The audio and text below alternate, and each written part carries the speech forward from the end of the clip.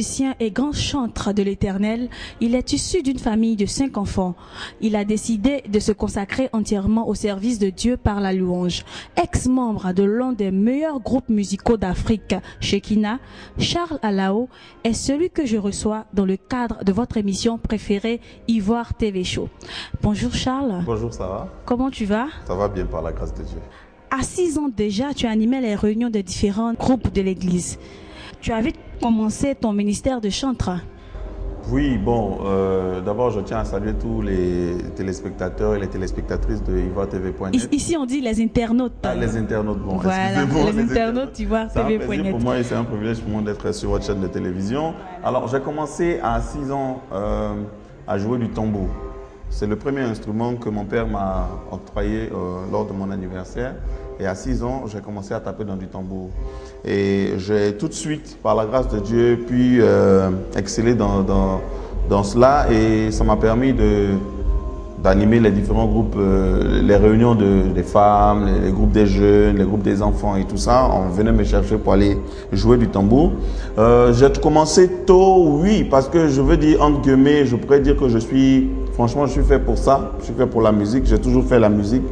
Et je ne sais pas faire autre chose que ça, voilà. Pourquoi cette séparation alors que tout semblait bien marcher avec Shekinah? Alors, je crois que c'est clair qu'avant que je n'intègre Shekinah en 99, j'avais mes projets. Ça, il faut que je le dise, j'avais mes projets personnels. J'avais mes projets personnels et tout marchait bien avec Shekinah et tout marche bien avec Shekinah. Mais comme je l'ai dit, arrivé à un certain moment, j'ai voulu faire les choses à ma façon. J'ai voulu faire les choses que je ressentais vraiment. Et vous savez qu'avec un système de groupe, ce n'est pas possible. On est obligé n'est-ce pas, se conformer à l'esprit de groupe. Et donc, j'ai décidé comme ça. Et de toutes les façons, c'était prévu au sein de Shekinah qu'après les 10 ans, celui qui voulait entamer une carrière solo pouvait le faire. Donc, voilà, j'ai saisi la balle au bon. Et voilà, j'ai décidé aujourd'hui d'orienter ma carrière d'une certaine façon, d'une façon qui puisse être acceptée de tous. Vous savez que la musique chrétienne est une musique sacrée, mais je pense qu'aujourd'hui, nous pouvons la démocratiser, entre guillemets, permettre à tout le monde de pouvoir accéder à cette musique-là. Parce que c'est une musique d'abord d'évangélisation, c'est pas une musique d'adoration, de louange, mais aussi une musique d'évangélisation. Donc, pouvoir permettre à ceux qui n'ont pas l'habitude de côtoyer les églises, de pouvoir écouter et pouvoir recevoir la parole de Dieu au travers de cette musique-là. Alors, Charles Alao, en carrière solo, quelle est ta vision? Quelle est ta nouvelle vision? Alors, c'est ce que je disais tantôt. Je crois que quand on travaille pour Dieu, on est sans limite. Hein, on est sans limite. Il y a beaucoup de choses qu'on peut faire, il y a beaucoup de choses qu'on peut atteindre comme objectif. Mais mon objectif le plus important aujourd'hui, c'est de révéler une autre facette de la musique chrétienne. C'est-à-dire permettre à cette musique-là, comme je disais tantôt, d'être accessible à tous, d'entrer dans tous les milieux, de pouvoir se vendre comme une musique d'abord, avant d'être une musique chrétienne. Je ne sais pas si je me fais comprendre. C'est-à-dire faire de la musique chrétienne, une musique qui a de la valeur, comme on fait les sélections en radio Zouk, qu'on fait les sélections en radio reggae, qu'on puisse faire aussi, que ça paraisse normal, qu'on n'attende pas forcément les périodes de fête pour mettre les sélections chrétiennes, que ça devienne une musique qui soit accessible. Et pour ça, il y a un certain travail technique qu'il faut apporter à la musique chrétienne. Voilà, il y a une certaine valeur, il y a de nouveaux styles qu'il faut insuffler à cette musique-là. Et je crois que c'est dans cette dynamique-là que je me situe aujourd'hui. Alors, est-ce parce que ton père était pasteur que Charles a décidé de chanter ou ça a tout simplement été un appel? Oui, je dis, le volet ministère n'est pas occulté parce que c'est le plus important. Il faut dire que c'est vrai que mon père est pasteur, mais j'ai eu moi-même ma rencontre personnelle avec Dieu. C'était en quelle année, on peut savoir? 195, oui. Je veux dire, je connaissais tous les rituels, je connaissais toute la parole et tout ça, mais je n'étais pas encore engagé. Un témoignage de conversion? Voilà, je n'étais pas vraiment engagé. C'est en 95 que j'ai pris conscience du ministère auquel Dieu... Parce que je vous rappelle que depuis que je suis tout petit, j'ai reçu des paroles, des hommes de Dieu du monde entier sont arrivés, qui ont reçu des prophéties pour moi et tout ça. Bon, je veux dire, c'est quelque chose qui me suivait tout le temps. Bien sûr, parce que papa était pasteur. Non, pas forcément. Ça n'avait rien à voir. D'ailleurs, j'ai quitté l'église de papa très tôt. J'ai quitté j'ai travaillé avec beaucoup de pasteurs, j'ai travaillé avec beaucoup d'hommes de Dieu. sur la place que vous connaissez, je veux dire, Révérend Adebayo, j'ai travaillé chez lui, j'ai travaillé avec le groupe Cohéritier, en tout cas avec beaucoup de personnes. Et chaque fois, il y avait des hommes de Dieu, à l'instar de ce que moi-même je ressentais que j'avais reçu de la part de Dieu. Il y a ma mère, qui était une grande intercesseuse, qui a reçu. Il y a des hommes de Dieu qui sont venus des États-Unis, de la France, du Nigeria, du Ghana, d'un peu partout dans le monde, qui, pendant les périodes de ministère, ont reçu clairement des choses et m'ont appelé devant et m'ont certifié. Je dis, c'est un ministère, c'est une vocation. Donc, c'est pas forcément parce que papa est pasteur, non, ça n'a rien à voir. Je crois que j'ai reçu l'appel et Dieu m'a donné par la grâce de Dieu les qualités, les qualifications pour répondre à cet appel-là. Il paraît que tu fréquentes les bars et les boîtes de nuit. Alors, bon, je crois que cette rumeur est partie, ça me suit depuis 2008, pardon. Voilà. Parce que je travaillais à King Production. J'étais chargé de promotion et directeur artistique de King Production. Alors, à cette période-là, j'avais un travail qui m'obligeait à suivre la promotion de mes artistes. J'ai fait notamment la promotion de l'album de Désir Champion, des Garagistes, de Saga Junior, de Victoire Kwasi, de Yule Inter, de qui encore. En tout cas, tous les artistes qui sont venus, qui avaient signé. Et je tiens à rappeler que c'est par mon truchement que ces artistes-là avaient signé les différents contrats avec la nouvelle maison de distribution que je représentais, qui s'appelait King Production.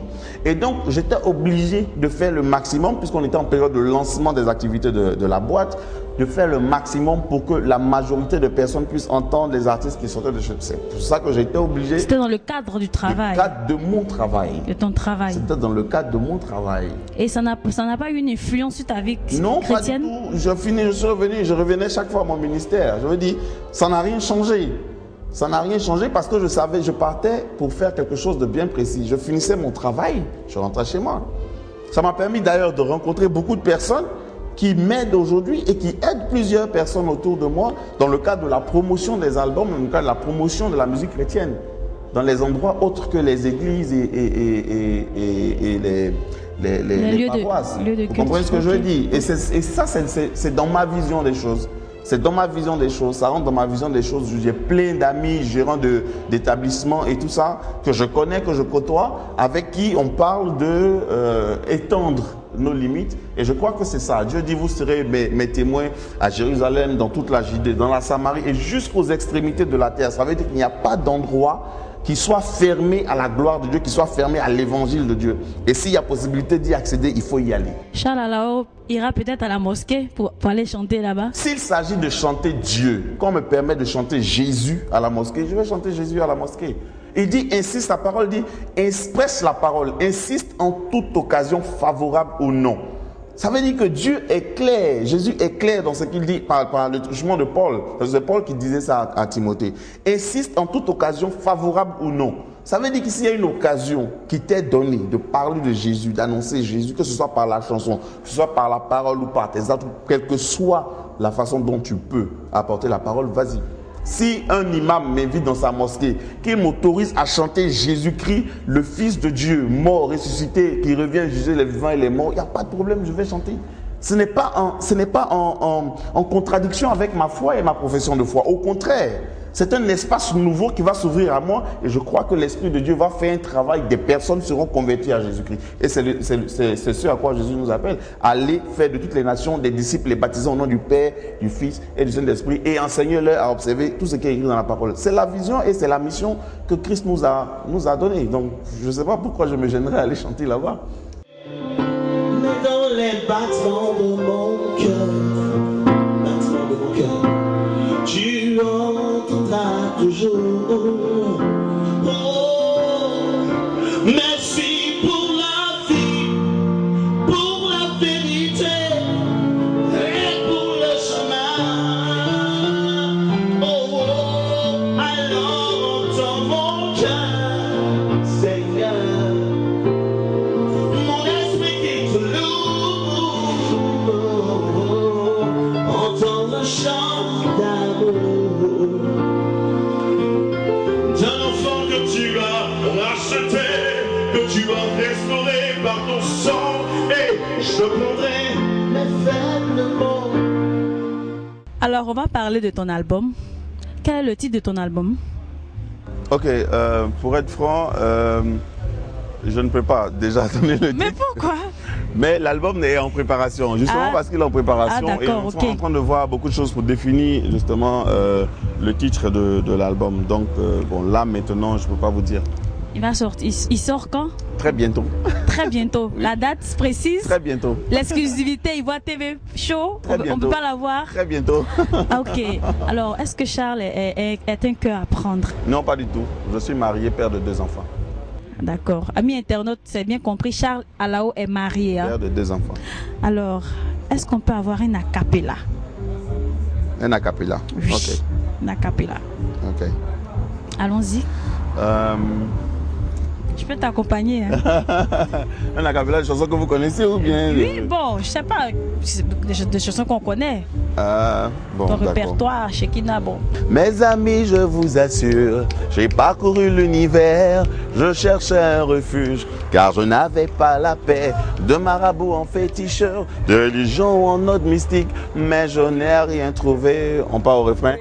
J'ai marché, marché, personne, personne, j'ai tourné en rond, personne, personne, j'ai fouillé, fouillé, il n'y a vraiment personne comme lui. Alors, l'émission est pratiquement terminée, ton mot de fin?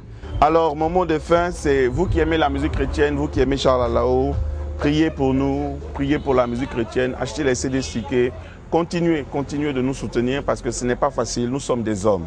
Je tiens à le dire, nous sommes des hommes. Il arrive que nous puissions trébucher. Mais le plus dur, ce n'est pas de tomber, c'est de pouvoir se relever. Et aidez-nous quand nous tombons à nous relever, parce que nous sommes ensemble. Nous sommes aussi des âmes que Dieu a appelées. Et je pense que ce qui doit nous motiver, c'est l'amour fraternel et la manifestation de l'amour de Jésus. Parce que Jésus n'a pas regardé notre état pour venir mourir pour nous. Donc ne regardez pas l'état de quelqu'un pour pouvoir... je vais dire, développer des idées par rapport à lui ou d'autres. Aidons ceux qui sont faibles à devenir forts. Alors, je sais que les Ivoiriens de la diaspora qui nous suivent aimeront bien t'appeler pour te féliciter, pour t'encourager, ton contact. Alors, pour tous ceux qui veulent me joindre, je suis joignable au 08 23 08 35 00 225, l'indicatif de la Côte d'Ivoire, et puis vous avez le 08 23 08 35 ou le 00225 encore, 40 42 65 00. Je répète, 40 42 65 00. Alors, un dernier a cappella, le tout dernier des derniers de l'émission. Bon, je vais vous donner un exclu. Voilà. Tout pouvoir m'a été donné sur la terre et dans les cieux. Mon nom est au-dessus de tout nom. Et tout homme a la rédemption par mon sang précieux, car je suis le Dieu fidèle et bon. J'ai subi la croix pour tous ceux qui croient, ils recevront ma paix. Le salut est maintenant à la portée de tous, désormais tout est accompli. Alors, c'est sur cette belle parole que, chers amis internautes d'Ivoire TV.net, nous terminons cette émission. Ivoire TV Show, c'était avec Charles Alao. Merci d'être resté en notre compagnie. Bye bye.